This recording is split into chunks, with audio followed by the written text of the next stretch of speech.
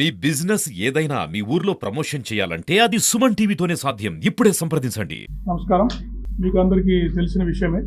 మార్చి 24 తారీఖున శ్రీ ప్రవీణ్ కుమార్ గారు రాజమండ్రి అవుట్స్కట్స్లో మరణించడం జరిగింది. సో వారి డెత్ మీద చాలా రకాల అనుమానాలు వ్యక్తం చేయడము, ప్రజలు కానీ వారి మిత్రులు కానీ, అందువల్ల ఈ కేసుని చాలా ప్రత్యేక దృష్టి కేసుగా పరిగణించి ఒక స్పెషల్ ఇన్వెస్టిగేషన్ టీంని కూడా రాజమండ్రి ఈస్ట్ గోదావరి ఎస్పీ గారి ఆధ్వర్యంలో ఏర్పాటు చేయడం జరిగింది. సో ఈ కేసు 24 వారు చనిపోతే ఈరోజు 12 తారీఖు, అంటే దాదాపు 15 రోజుల లోపల ఇన్వెస్టిగేషన్ దాదాపు కంప్లీట్ చేసి ఫైనల్ కంక్లూజన్స్ మీకు ప్రజెంట్ చేయబోతున్నాను. అంటే ఈ కేసు యొక్క ఇంపార్టెన్స్ని గమనించి అన్ని రకాల ఎవిడెన్స్లు దీంట్లో గ్యాదర్ చేయడం జరిగింది. ముఖ్యంగా అవైలబుల్ టెక్నాలజీ, ఈరోజు మనకు ఆధునిక సాంకేతిక పరిజ్ఞానం ఏదైతే ఉందో పోలీస్ శాఖకి, వారన్నింటినీ దీంట్లోకి వాడి వారి cause of death, exact cause of డెత్ని మేము ఈరోజు మీకు తెలియజేయడం జరుగుతుంది. కాబట్టి ఈ స్టెప్స్, ఈ పాస్టర్స్ మన ప్రవీణ్ కుమార్ గారు మనకు 24 రాత్రి 11:44 గంటలకు మరణించారు. 25వ తారీఖు వారి పోలీసు ఏఎస్ఐ గారు వారి డెడ్ బాడీని గుర్తించి వారి ఫ్రెండ్స్కి వారికి తెలియజేసిన తర్వాత హాస్పిటల్కి దాన్ని షిఫ్ట్ చేయడం జరిగింది. తర్వాత ఆ రోజు వాళ్ళ బంధువులంతా వచ్చిన తర్వాత 25వ తారీఖు మనము దీన్ని సస్పిషియస్ డెత్ కింద కేసు రిజిస్టర్ చేయడం జరిగింది. 26వ తారీఖు వారి బంధుమిత్రులు వారందరూ వచ్చిన తర్వాత తహసీల్దార్ గారు దాని మీద శవ పంచనామా జరిపారు. The team of doctors under videography post mortem చేశారు.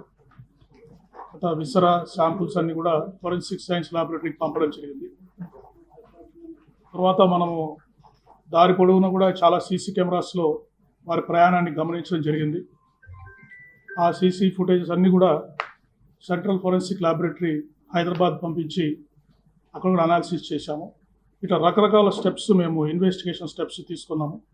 ఆ స్టెప్స్ అన్నీ మీకు ఇప్పుడు 1 by 1 ఎగ్జామిన్ చేస్తాము.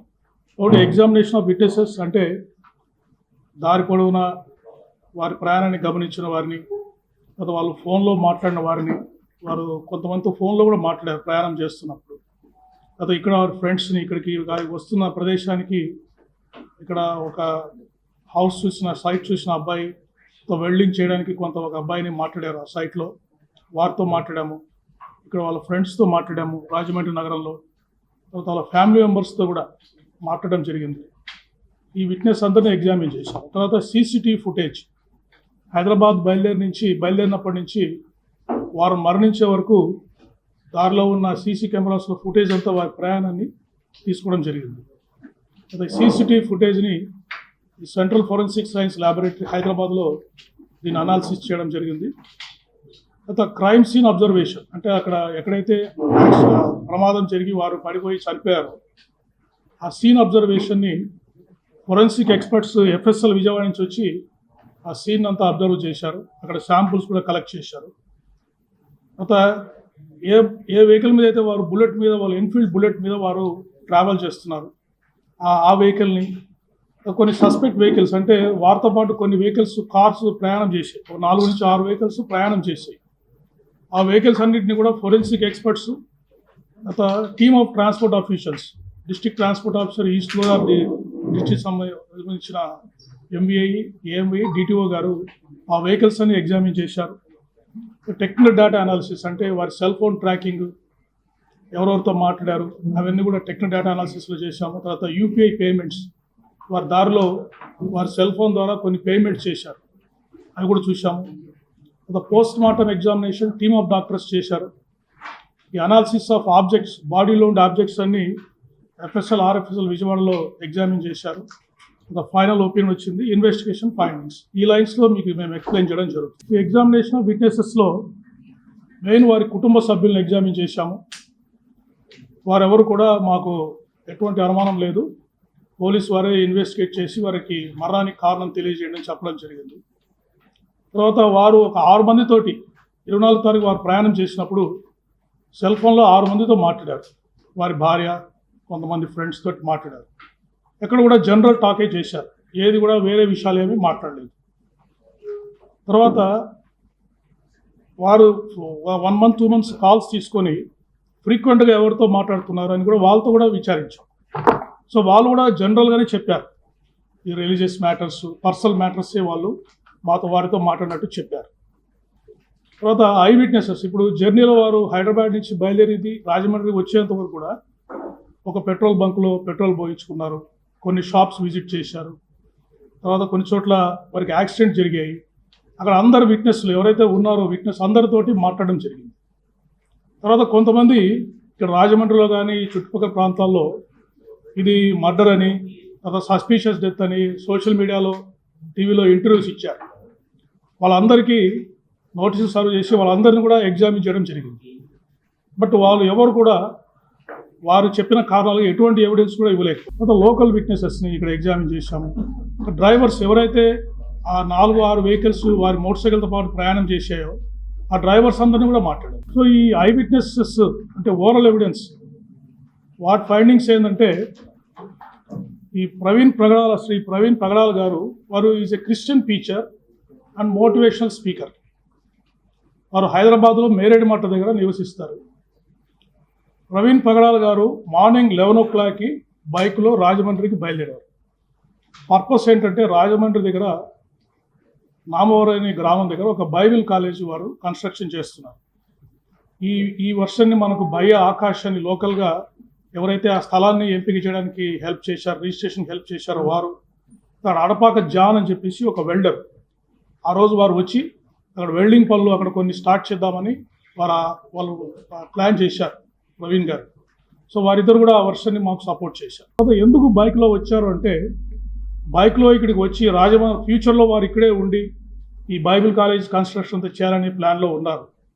కాబట్టి వారు ఫ్రీక్వెంట్గా ఇక్కడికి వచ్చినప్పుడు వారికి వెహికల్ అవసరం అవుతుంది.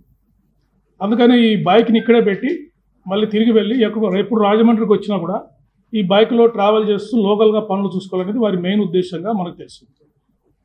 తర్వాత రాజమండ్రికి వారు వస్తున్నారనే విషయము వారి కుటుంబ సభ్యులకి, ఈ ఆకాష్కి, జాన్కి తప్ప ఇంకెవరికి తెలియదు. లోకల్గా వారు ఎవరికి కూడా ఇన్ఫార్మ్ చేయలేదు ఆ రోజు. తర్వాత ఎవరైతే సోషల్ మీడియాలో పోస్టులు పెట్టారో, టీవీలో ఇంటర్వ్యూలు ఇచ్చారో, మాకు అనుమానం ఉంది అది ఇది అని చెప్పేసి ఎవరు కూడా ఎటువంటి ఎవిడెన్స్, దాదాపు 10 రోజులు వాళ్ళకి టైం ఇచ్చాము ఈ ల్యాబ్స్ వచ్చే లోపల, ఎవరు కూడా ఎటువంటి ఎవిడెన్స్ కూడా మాకు ఇవ్వలేకపోయారు వారు చేసిన అలిగేషన్స్. తర్వాత వారు దారిలో వస్తున్నప్పుడు వైన్ షాప్స్ కూడా వెళ్ళారు హైదరాబాద్లో, తర్వాత కోదాడ దగ్గర, తర్వాత ఏలూరు దగ్గర. అక్కడ కూడా వైన్ షాప్ ఎంప్లాయీస్ని కూడా మేము ఎగ్జామిన్ చేశాము. అక్కడ యూపీఐ పేమెంట్స్ చేశారు వారు. ఆ పేమెంట్ చేసిన ట్రాన్సాక్షన్స్ కూడా మేము కన్ఫర్మ్ చేసుకున్నాం. అక్కడ విట్నెస్తో కూడా మాట్లాడాము. దారిలో వారు 3 సార్లు వారికి యాక్సిడెంట్ అయింది రాజమండ్రి వచ్చే లోపల.